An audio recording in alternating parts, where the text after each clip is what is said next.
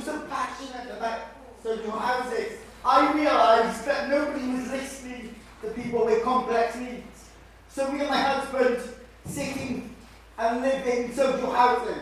Okay? If you speak to the particular housing provider that I work with, they'll say, my house is adapted.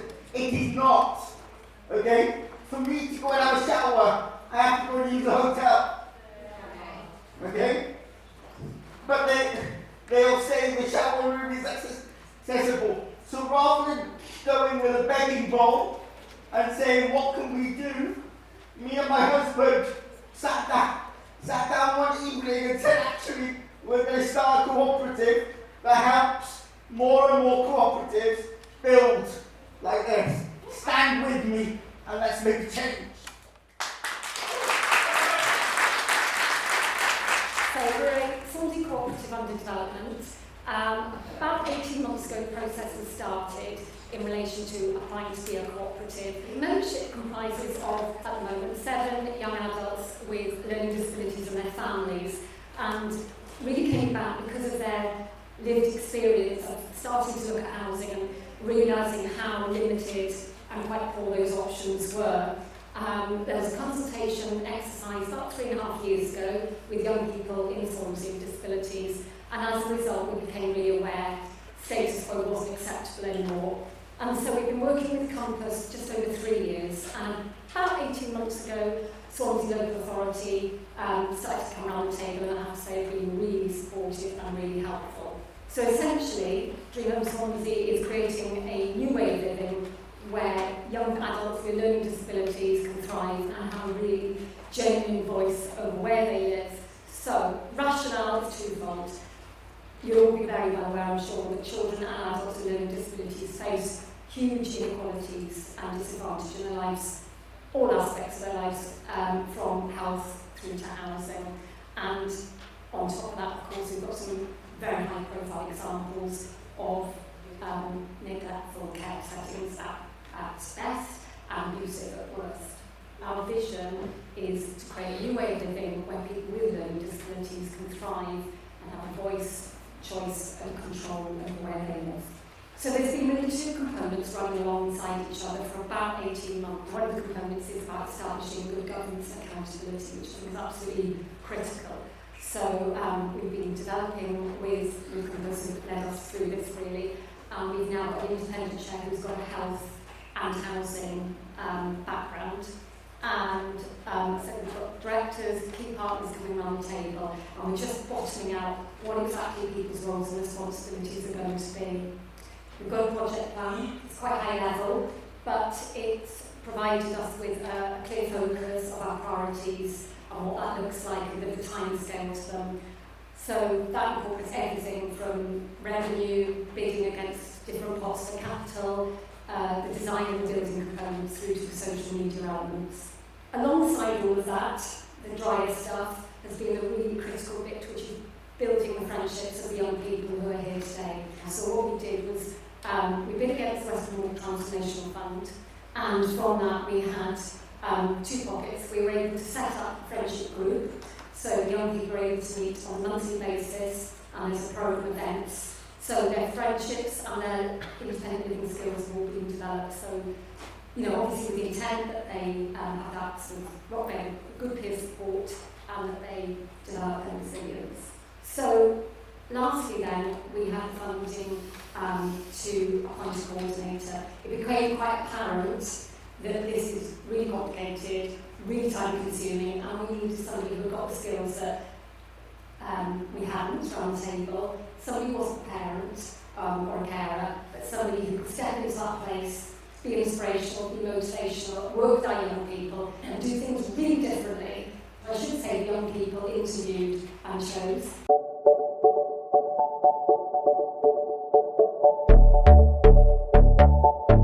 Hi folks, my name is Andre and I thought I'd just introduce myself. I recently got the job with Compass, which is really exciting, and let's get the conversation going.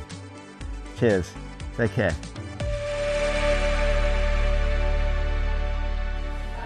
So there is a lot more to be done, a huge amount to be done. The work that you'll see now, I'm sure you'll find really inspirational.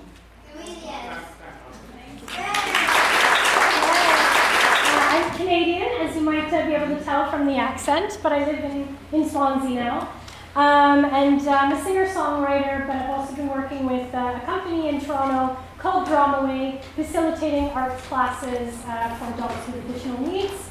So I've been doing that for the last couple of years and just really enjoying it. And I'll pass it over to my husband to briefly introduce himself. Hi, so I'm Alistair. I'm from Swansea. I'm an arts facilitator. I run a recording studio and songwriter. And just been very privileged to work with the young adults part of Dream Home Swansea. So it's an honour to be here. So we thought we'd kick things off today with doing a bit of a warm-up. We all have to watch each other and we all have to listen to be able to be on the same page. And so it's quite a good metaphor for that. The Swansea Dream Home team, we're going to share a nice song as well, aren't we? With that here. Okay, so so Dream Home Swansea gang, if you want to come up and join me. Shall we teach everyone the Thursday song? Yeah.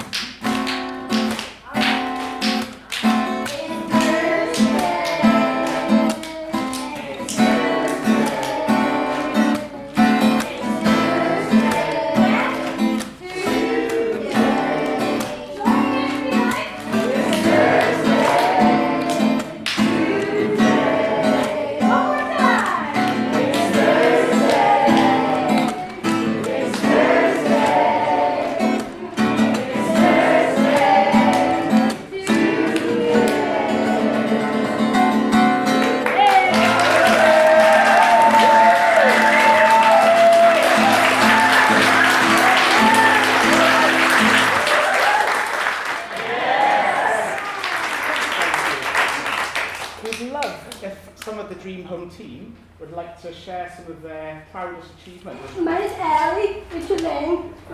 I am front cover on a magazine. I am so proud of myself, and I'm so cool, and I'm so proud. Yeah.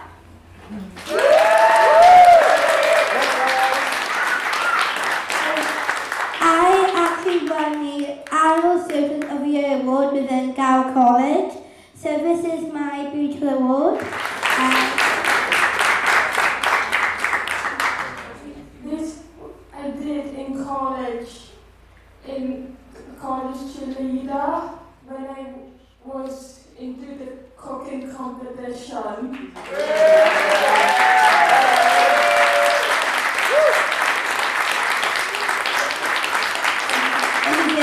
VR. So I do art and craft. So it's what I do. So sing class here.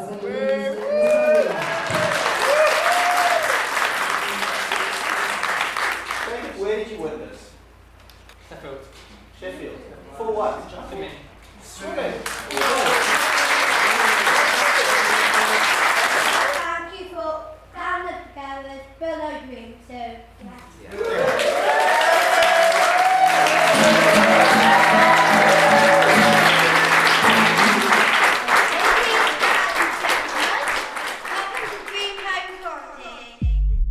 Let's put this down. Hit it. I have many skills I could